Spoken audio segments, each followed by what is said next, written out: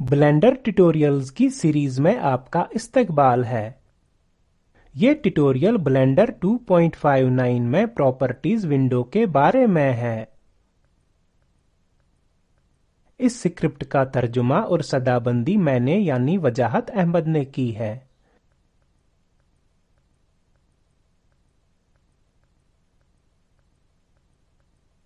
اس tutorial کو دیکھنے سے ہم سیکھیں گے کہ پراپرٹیز ونڈو کیا ہے۔ پراپرٹیز ونڈو میں سین پینل، ورلڈ پینل اور آبجیکٹ پینل کیا ہے؟ پراپرٹیز ونڈو میں سین پینل، ورلڈ پینل اور آبجیکٹ پینل میں مختلف سیٹنگز کیا ہیں؟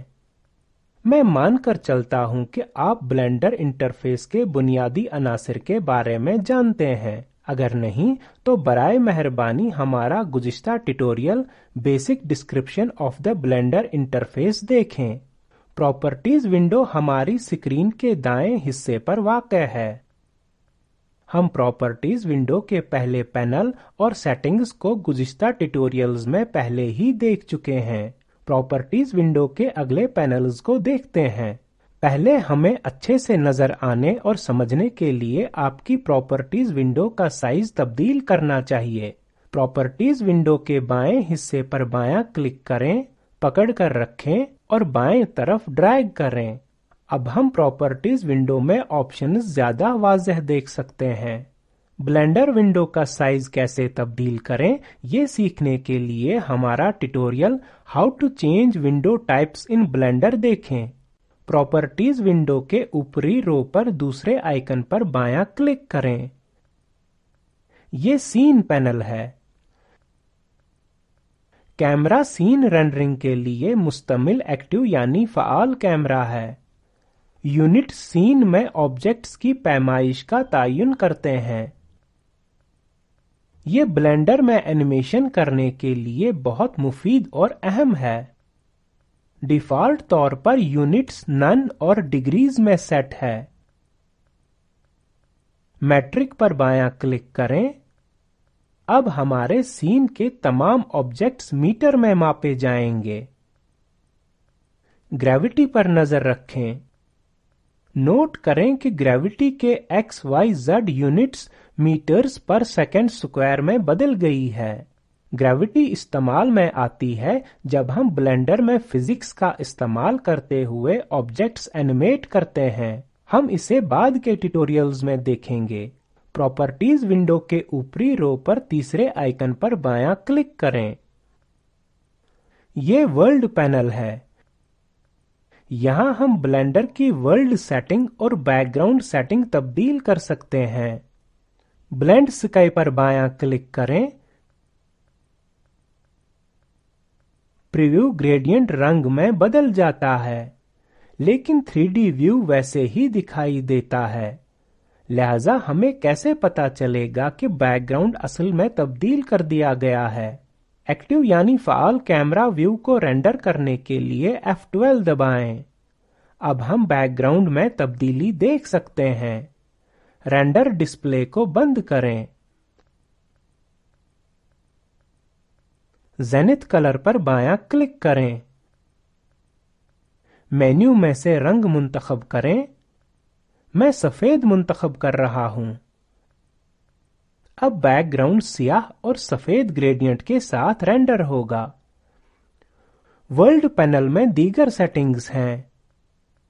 Ambient occlusion, environment lighting, indirect lighting, gather, mist, stars.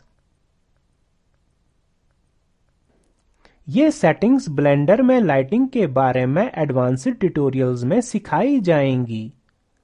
Properties window کے اوپری رو پر چوتھے آئیکن پر بایاں کلک کریں۔ یہ آبجیکٹ پینل ہے۔ یہاں فعال آبجیکٹس کے لیے سیٹنگز ہیں۔ ڈیفالٹ طور پر کیوب فعال آبجیکٹ ہے، لہذا یہاں تمام ترتیبات کیوب کے لیے ہیں۔ ٹرانسفارم فعال آبجیکٹس کی لوکیشن، روٹیشن یعنی گردش اور پیمائش کا تعین کرتا ہے۔